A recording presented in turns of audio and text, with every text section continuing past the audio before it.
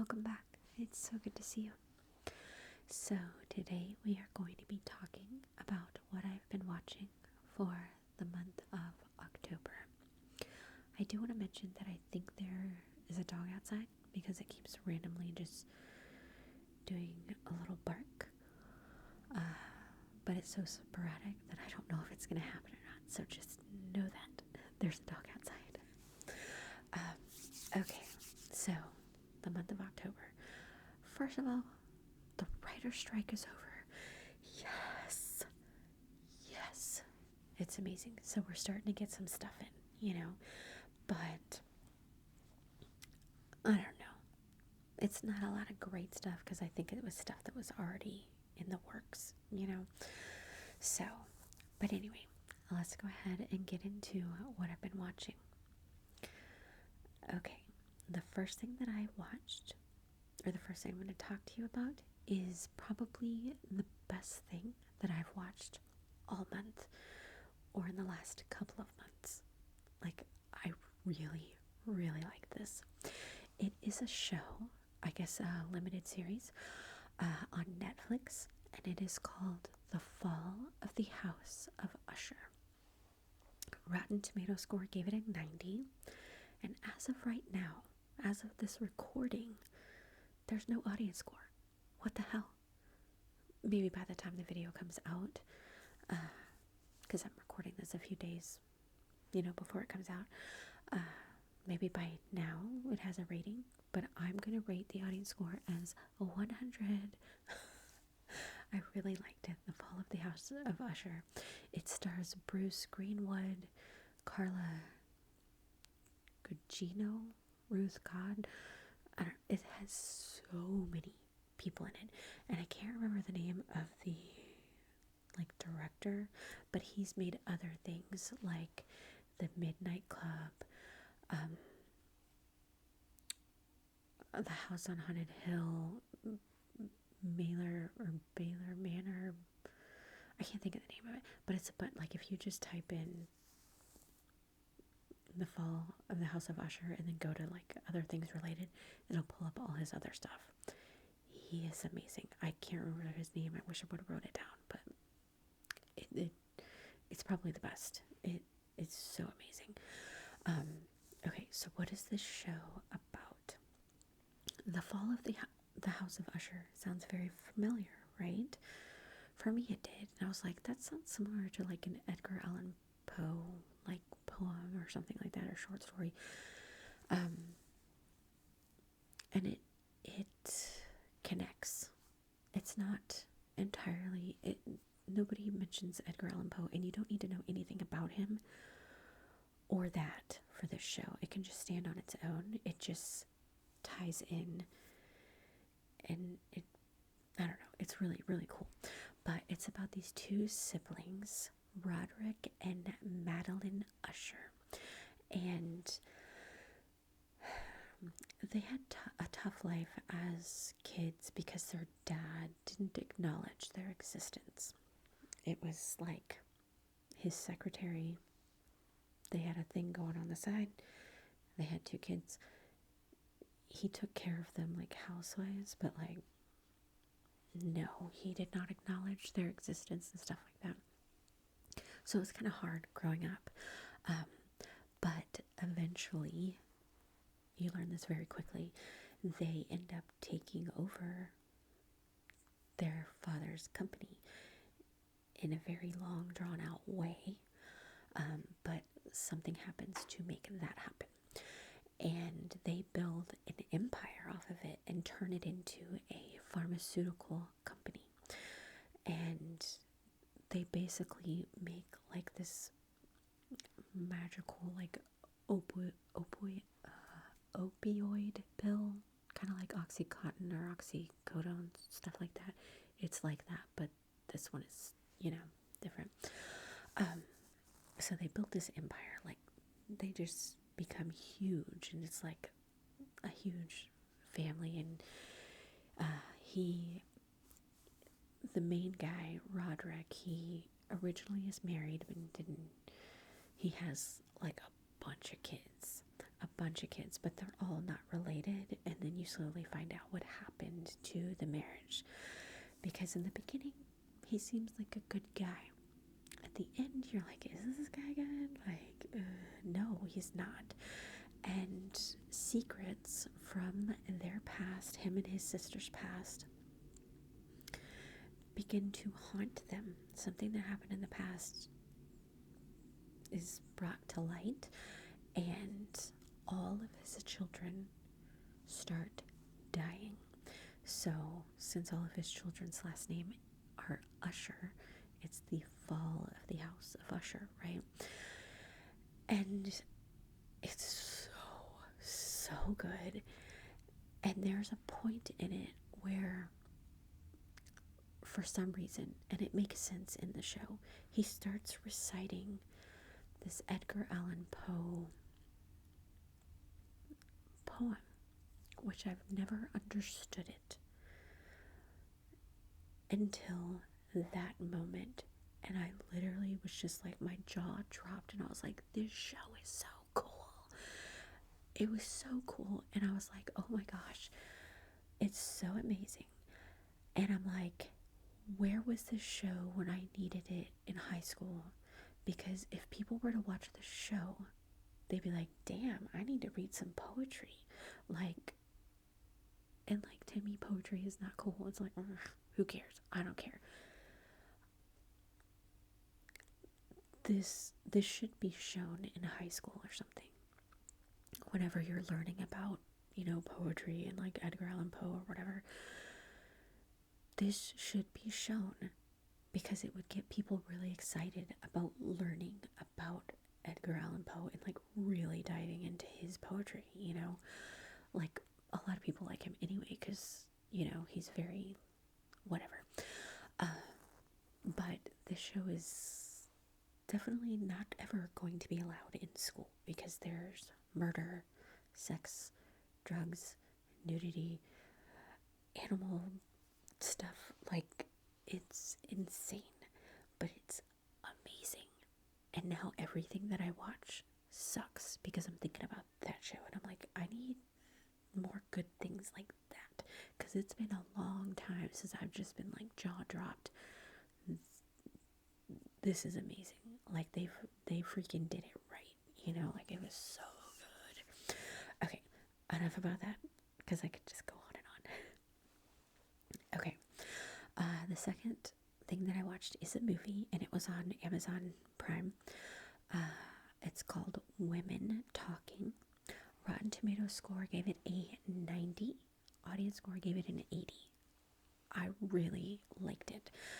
It stars Jessica Buckley, Rooney Mara, Claire Foy.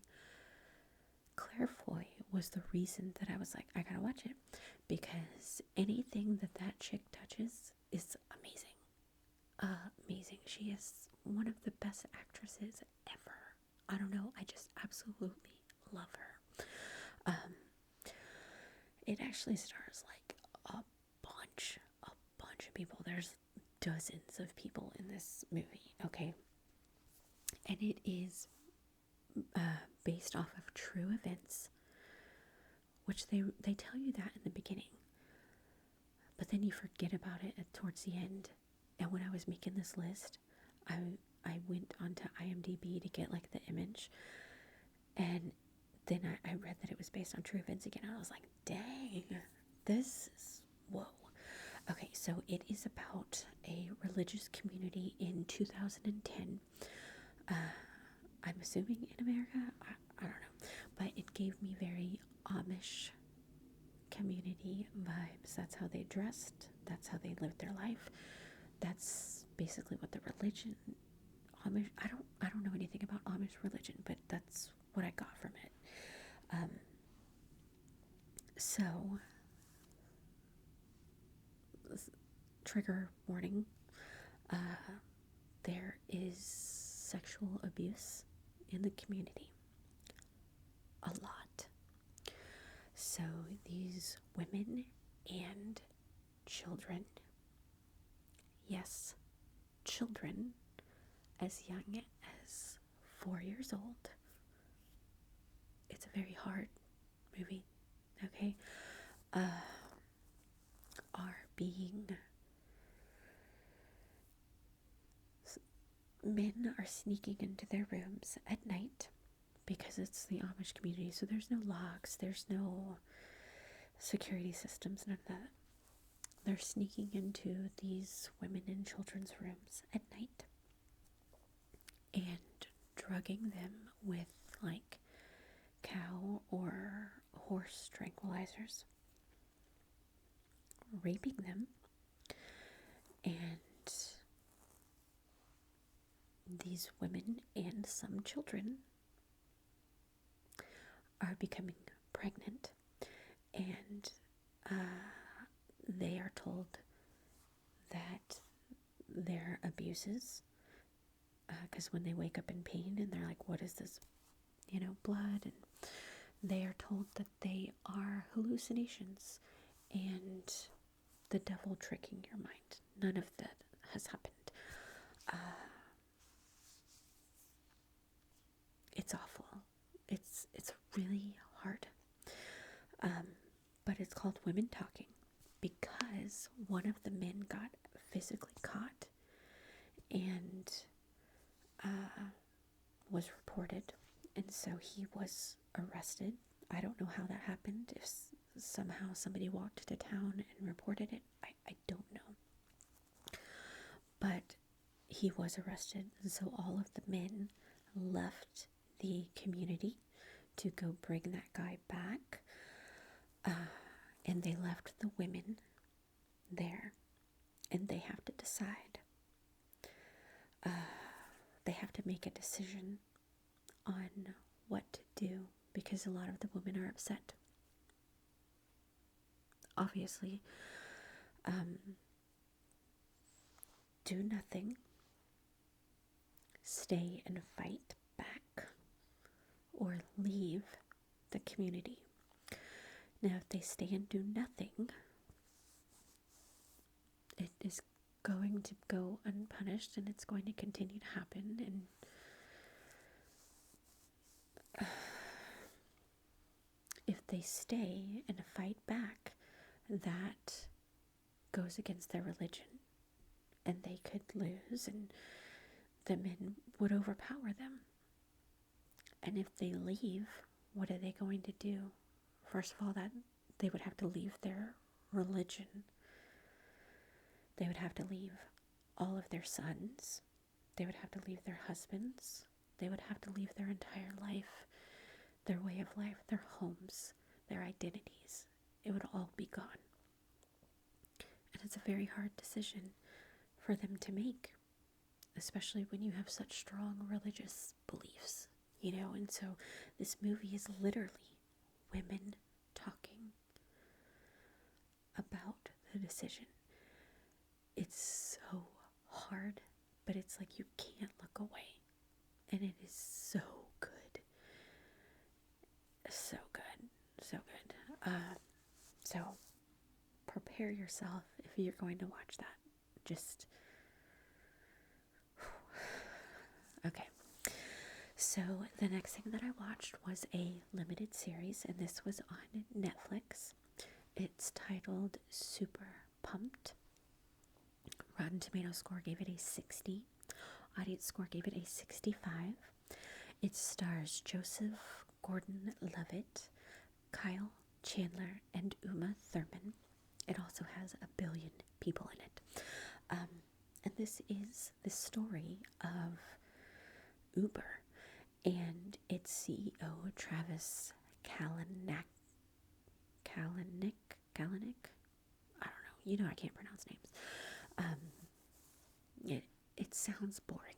Okay, it's like, okay, the startup of Uber, like, who cares? You gotta watch this show, okay?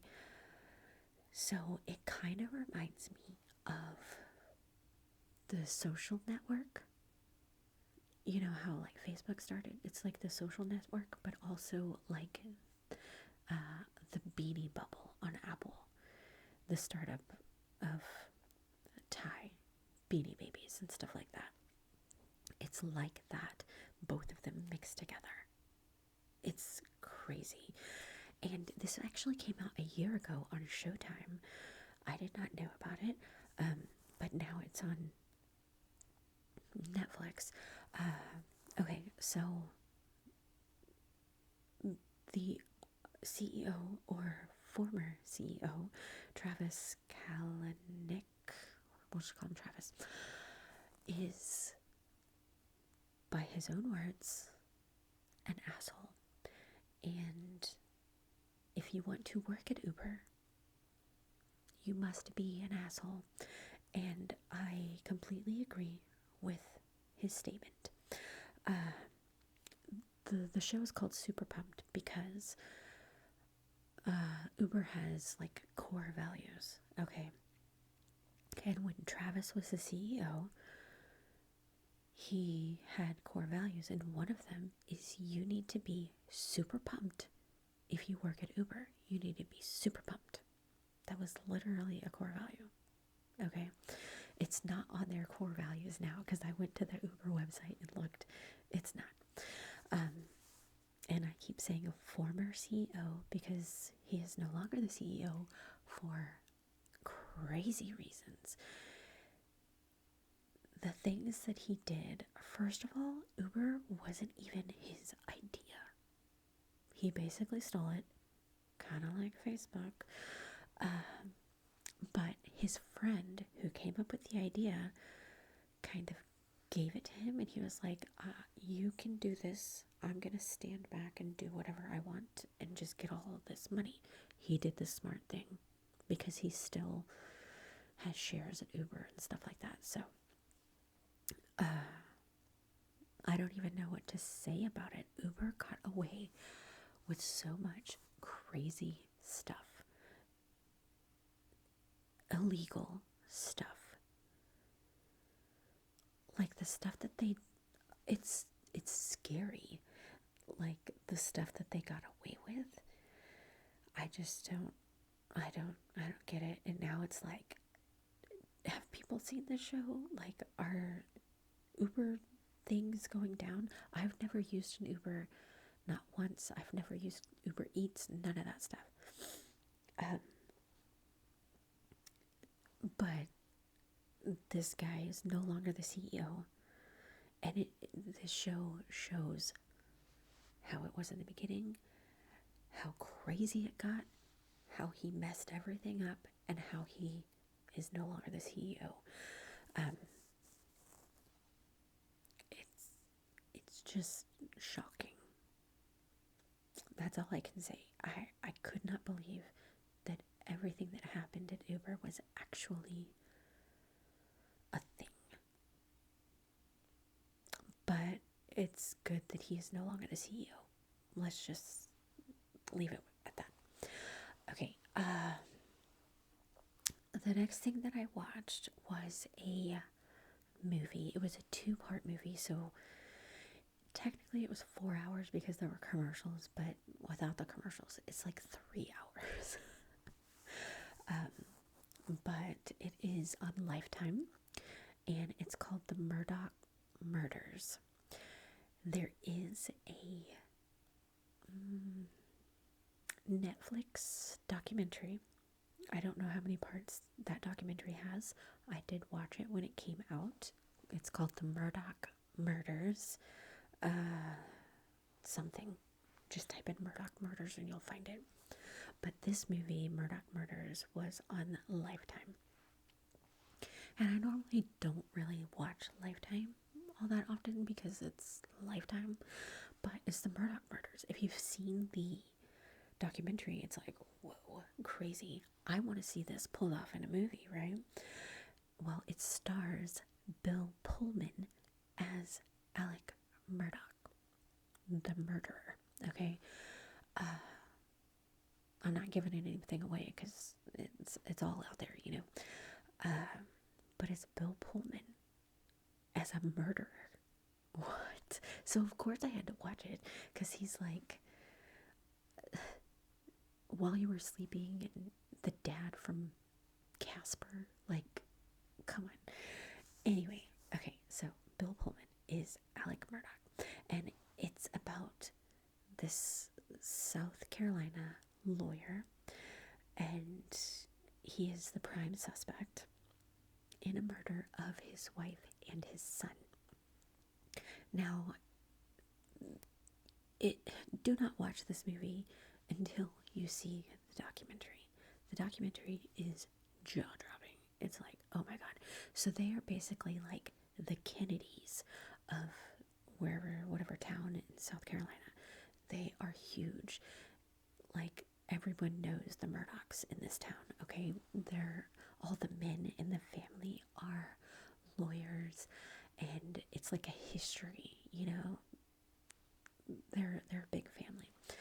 And so they have a reputation to uphold, but that reputation kind of starts slipping with the youngest sons, because there was plagiarism, and another son, he was drinking and driving and just all kinds of stuff. So his son is a alcoholic, but a very bad alcoholic.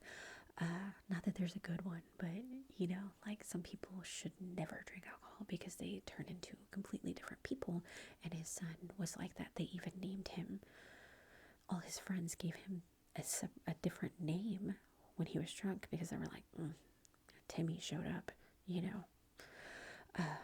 So his son is like driving this boat while he's drunk, and he's fighting with his friends on the boat, and the boat crashes, and someone dies.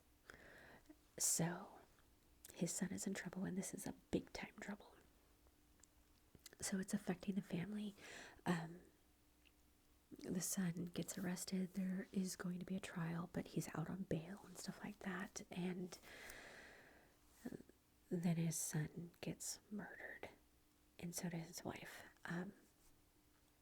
Obviously, it is Bill Pullman or Alec Murdock, because it's called the Murdock Murders. You know it's him. But it just shows how it happens. And I wanted to see how it happened, because in the documentary, it, I don't know. I couldn't believe that Bill Pullman was going to be a murderer. I had to watch this, And Bill Pullman makes you hate him. He's very good at being, I don't even know, a jerk, sleazy. I don't know. The family was going to fall anyway, even if there were no murders, no drunk driving or anything, because Alec Murdock, for years, was stealing money from his law firm.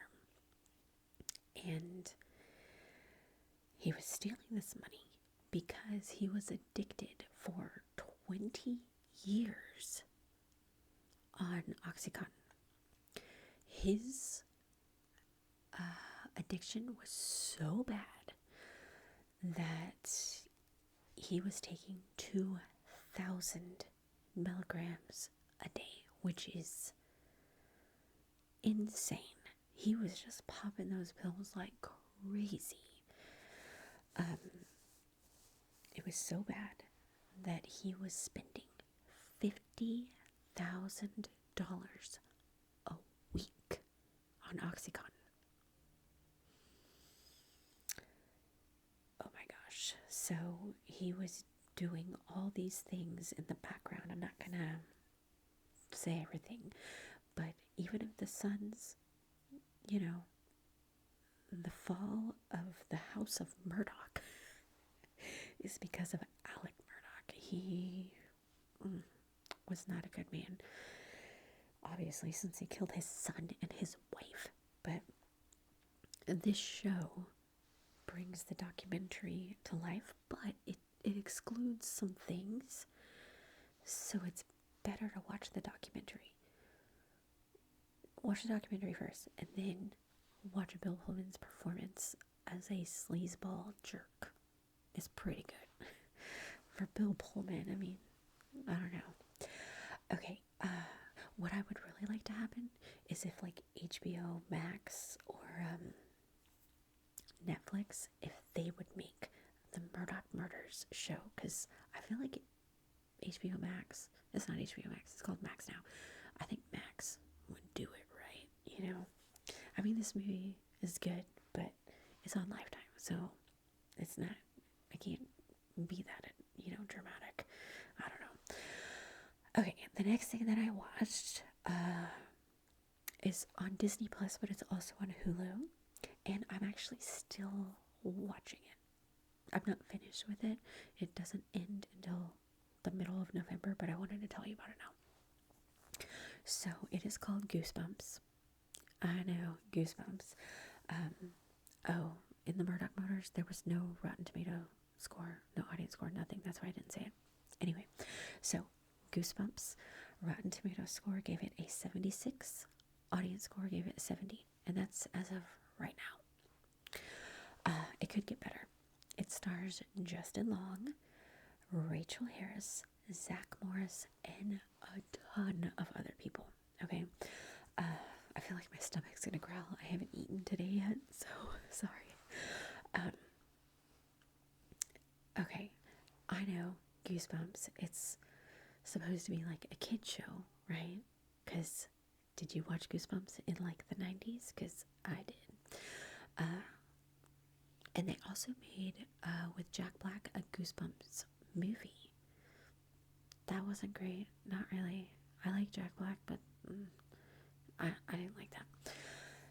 This, I feel like they're finally doing Goosebumps right. And I love it. Okay, so it's about, is that a plane? I think there's a plane going by. Why? Anyway, it's about a group of teenagers, and they try to find out what happened to a kid 30 years ago. And you find out right in the beginning, 30 years ago, this kid mysteriously dies in this house, okay? And then nobody lives in the house, and Justin Long is somehow related to the people who own the house, and they died, and so he inherited the house. So he has moved into this house. Well, before Justin Long moved into the house, these kids were throwing a Halloween party, and they were like, let's do it at this house. It's all abandoned. It'll be cool. So they go to the house, and they set up for the party. But weird stuff kind of happens because they go down into the basement where that kid died, and all of his stuff is still there.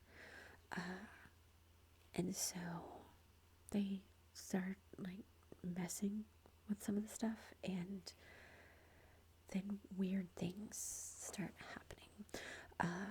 Like one of them is stuck in a time loop. There's the Say Cheese death camera.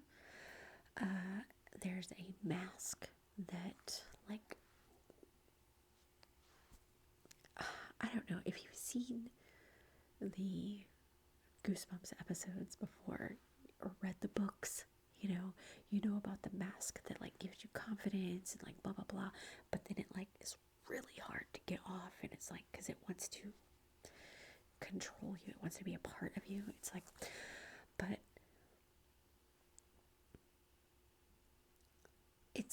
it's not like scary. Like I can watch it myself. I'm a huge scaredy cat, but I'm able to watch this show by myself.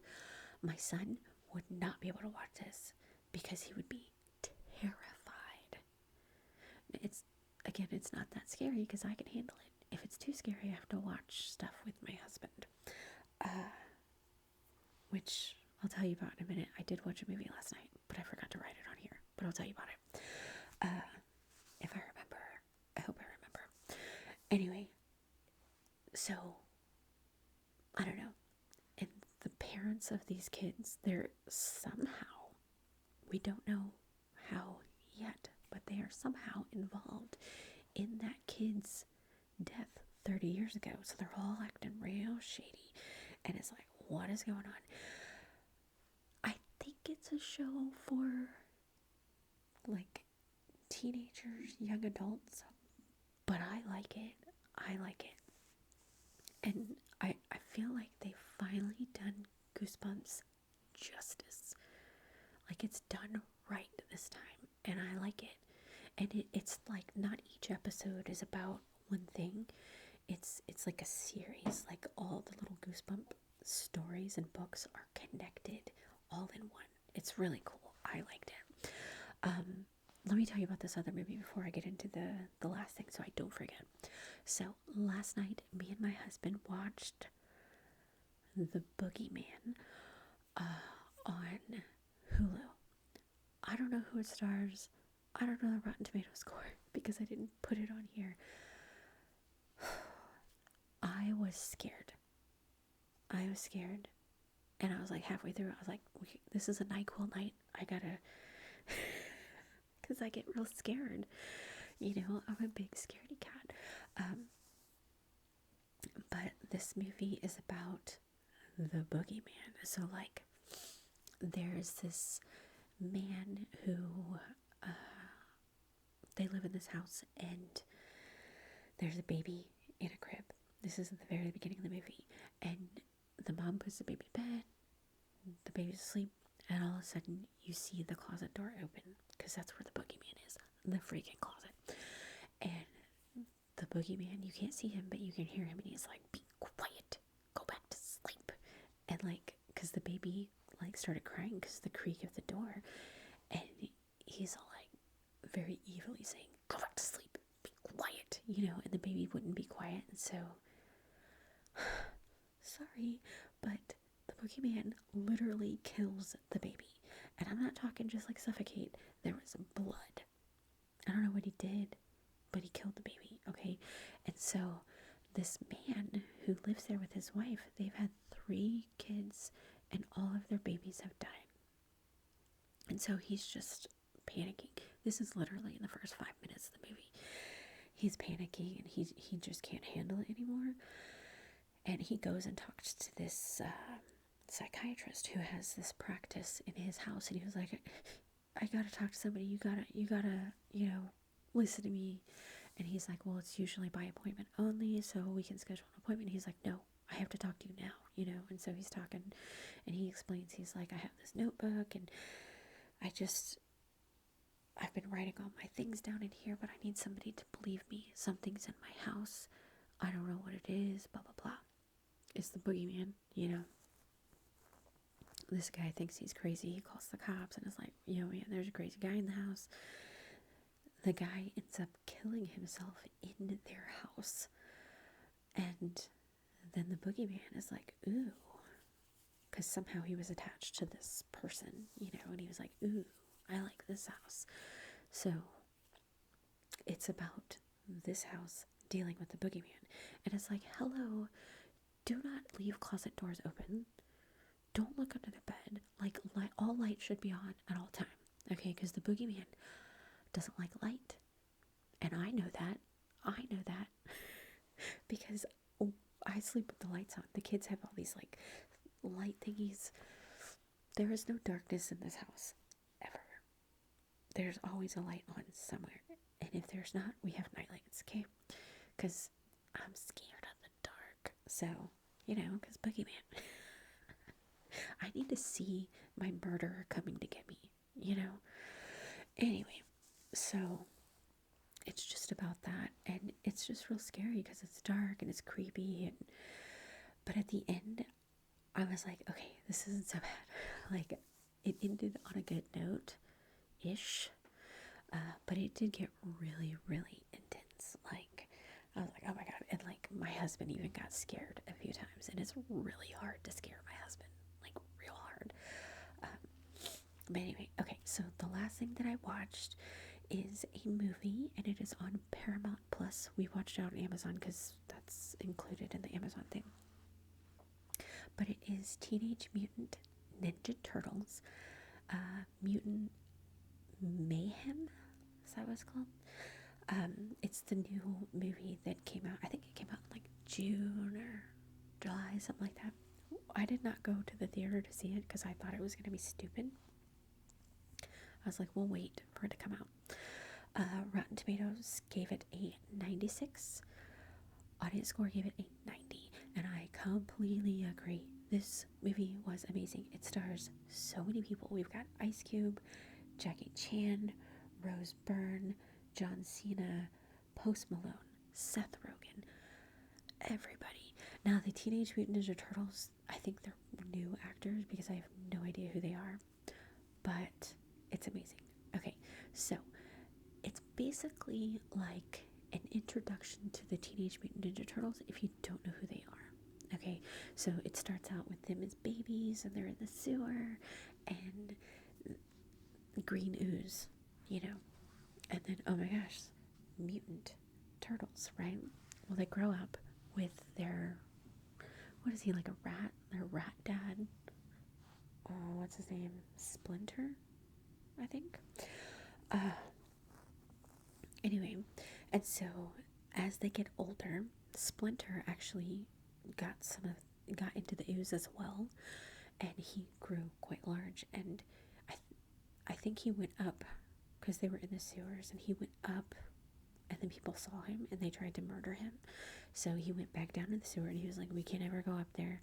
People are crazy, and they're all gonna murder you," and whatever, you know. So he starts training his kids, the turtles, to fight just in case they need to do that, because you never know what kind of situation you're gonna get in.